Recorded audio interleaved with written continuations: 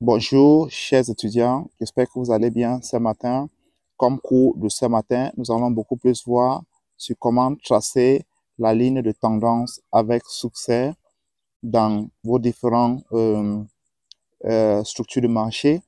Parce que la ligne de tendance aussi est un de configuration où il y a des traders mondiaux il y a des traders qui traitent uniquement avec la ligne de tendance et aujourd'hui ont de succès.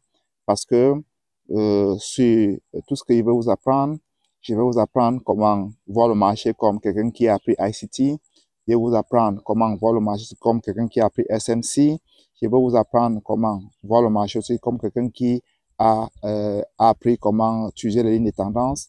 Également aussi, je vais aussi apprendre comment aussi voir le marché comme quelqu'un qui aussi a appris les supports et les résistances. Parce que tous ces cours-là, j'en ai appris. C'est à travers là où, ouais, aujourd'hui, quel qu'en soit ce que le marché fait, que ce soit sur ICT, ça se comporte un peu dans une zone un peu comme une configuration ICT, je le comprends, comme SMC, je le comprends, comme le support et le restant, je le comprends, ligne de tendance, tout ça parce que c'est des formations que j'en ai appris les gars.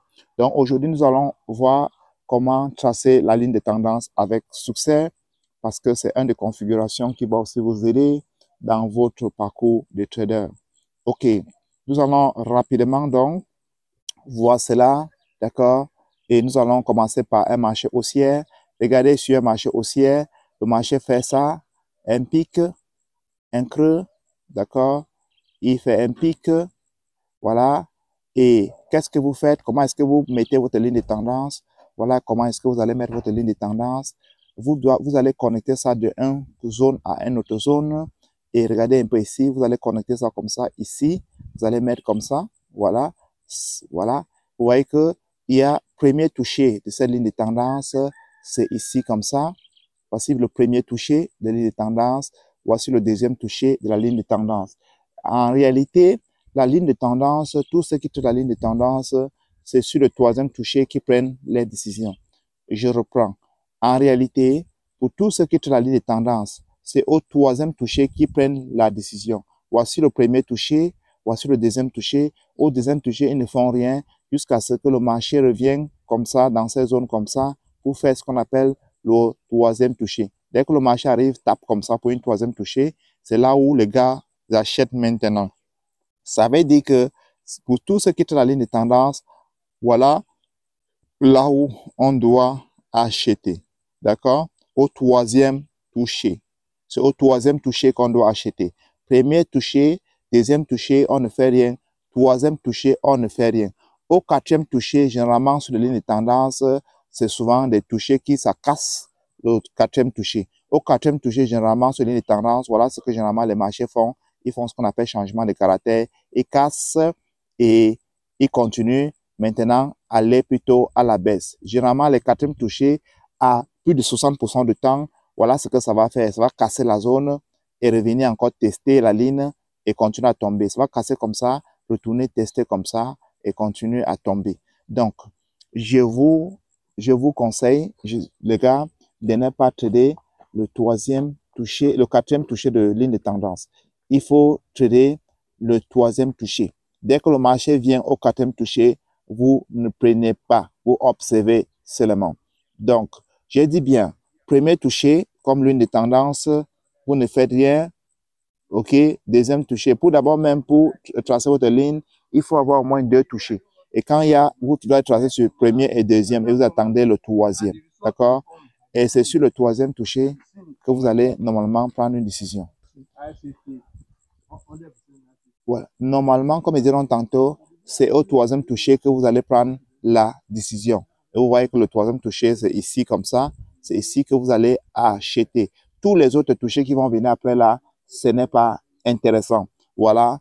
Je vois donc, on essaie de voir ça sur un marché baissier. Regardez sur un marché baissier, ça crée un pic comme ça. Ça crée un creux, d'accord? Et ça crée un pic, d'accord? Comme ça. OK? Et qu'est-ce que vous faites? Vous prenez votre ligne de tendance, vous mettez de ces zones comme ça à là, comme ça, les gars. OK? Vous mettez de là à là, comme ça. Vous voyez? Et vous attendez donc que le marché revienne au troisième toucher. Parce que voici le premier toucher ici. Voici le premier toucher. Voici le deuxième toucher. Vous attendez que le marché revienne au troisième toucher, les gars. Voilà, donc, si le marché revient maintenant, toucher la zone, comme ça, au troisième toucher, comme ça, c'est là où vous vendez, d'accord? Parce que nous sommes sur une tendance baissière. C'est là où vous vendez. Si le marché vient faire une troisième toucher comme ça, c'est là où vous vendez. Est-ce que vous avez compris? Vous voyez que voici le troisième toucher ici comme ça. Là, c'est ici que vous allez vendre, ok? Et si vous vendez, qu'est-ce que vous prenez vos profits quelque part ici, d'accord? Voilà là où vous allez prendre vos profits. Dès que vous vendez, vous mettez votre stop loss tout simplement. Après un peu, 1 sur 2, vous prenez vos profits, les gars. OK? Maintenant, si le marché retourne dans la zone, il fait ce qu'on appelle un quatrième toucher. Comme je vous ai dit tout à l'heure, vous prenez seulement les positions sur le troisième toucher. Regardez, si le marché revient comme ça, il tape sur un quatrième toucher. Même si ça réagit, vous ne faites rien. Parce que généralement, à 60% du temps, le quatrième toucher, généralement, va casser la zone et le marché va revenir tester et continuer maintenant à monter. Donc, généralement, le quatrième toucher crée généralement, la plupart des temps, un changement de caractère. J'espère que vous avez compris. Nous allons essayer de voir cela dans le chat. OK? OK, nous allons voir un exemple ici, les gars, sur le chat. Si vous observez bien ici, vous allez remarquer que le marché a fait un premier toucher ici. Il a fait un deuxième toucher ici.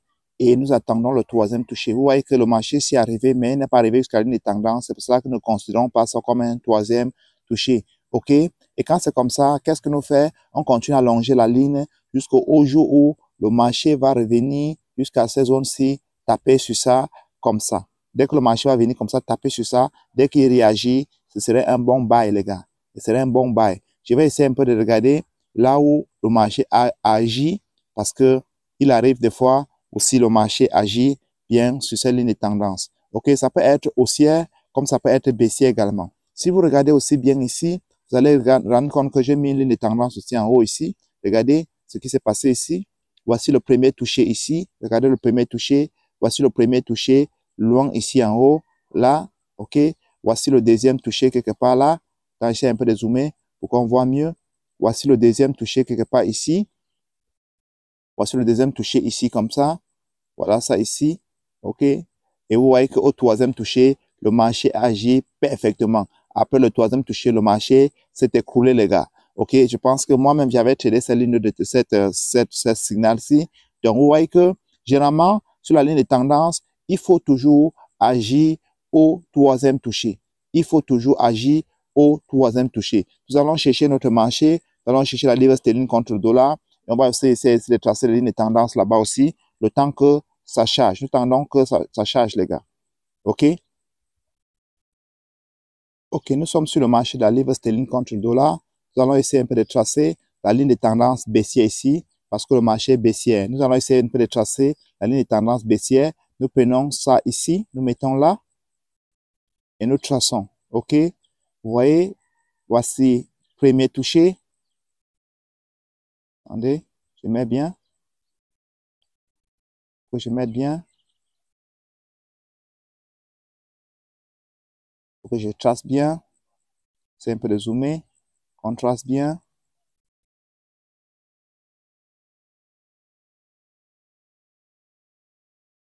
OK?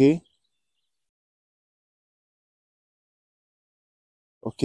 Quand vous regardez ici, vous voyez donc ici que il y a, regardez un peu de zoomer pour que vous voyez que voici le premier toucher ici, là, voici le premier toucher là, OK? Voici le deuxième toucher ici, d'accord? On va voir si le troisième toucher ici, ça a fonctionné. Voici le troisième toucher, le gars. Vous voyez que même le troisième toucher, ça a fonctionné. Voici le troisième toucher, là, regardez. Vous voyez qu'après le troisième toucher, qu'est-ce qui s'est passé? Le marché est tombé. D'accord? Et après ça, si vous observez bien, vous voyez que le quatrième toucher, le marché a cassé la ligne de tendance comme ça. Et comme il a cassé cette ligne-ci, s'il peut venir bondir encore sur ça, continuer à monter, c'est bon. OK? Vous voyez que la ligne a été cassée ici. Ça veut dire que sur la livre sterling, on doit beaucoup plus regarder buy, achat, pas la vente, les gars. Donc, voilà aussi un exemple aussi très palpable. On regarde si on peut trouver ça, on peut faire ça sur une marché haussière aussi. Vous pouvez voir pour faire ça sur un marché haussier, sur également ou ça. Bon, ici, on peut voir ça ici. Ici, nous connectons de là, là comme ça. Premier toucher, deuxième toucher. Voilà, on essaie un peu de bien connecter. Et il faut, pour connecter, il faut le faire qu'il n'y a que les mèches de la bougie. Ça veut dire que les mèches de la bougie qui touchent la ligne de tendance. OK?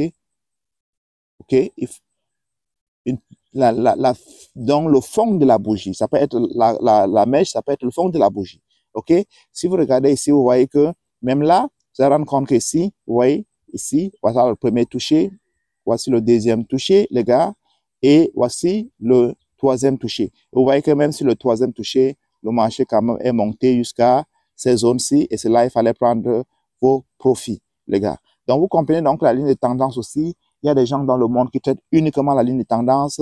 Donc, les gars, donc comme ils diront tantôt, cette course-ci, uniquement, c'est pour vous aider comment aussi utiliser dans cette moyenne pour trader. Parce que il faut pas oublier une chose, en trading, généralement, comme mes étudiants, je les apprenne à utiliser toutes les méthodes. Pourquoi? Parce que, quel qu'en soit là où ils se retrouvent dans le marché, pour qu'ils ne soient pas perdus. Ça fait qu'il y aura des fois que vous allez voir toutes ces configurations-là qui doivent se manifester dans une zone bien précise et cela solidifie votre setup. OK? Cela va solidifier votre setup. C'est pour cela que vous allez souvent entendre les traders appeler A plus setup. A plus setup, généralement, veut dire quoi? Il y a au moins 3 configurations qui sont manifestées dans la zone là. C'est ça qui, généralement, que eux appellent A plus setup. A plus setup veut tout simplement dire qu'il y a plusieurs configurations qui s'est manifesté dans la zone. Donc, ça rend la zone encore beaucoup plus solide et ça rend encore les trades beaucoup plus crédibles. Donc, c'est ça, généralement, qui fait en sorte que vous voyez souvent les traders, ils parlent souvent de A plus setup. J'espère que vous avez compris. J'espère qu'à partir de dorénavant, vous allez savoir comment utiliser donc la ligne de tendance parce qu'en tant que trader, il faut maîtriser toutes ces choses-là parce que c'est très, très, très important. OK, on se dit donc rendez-vous à la prochaine vidéo. Bye.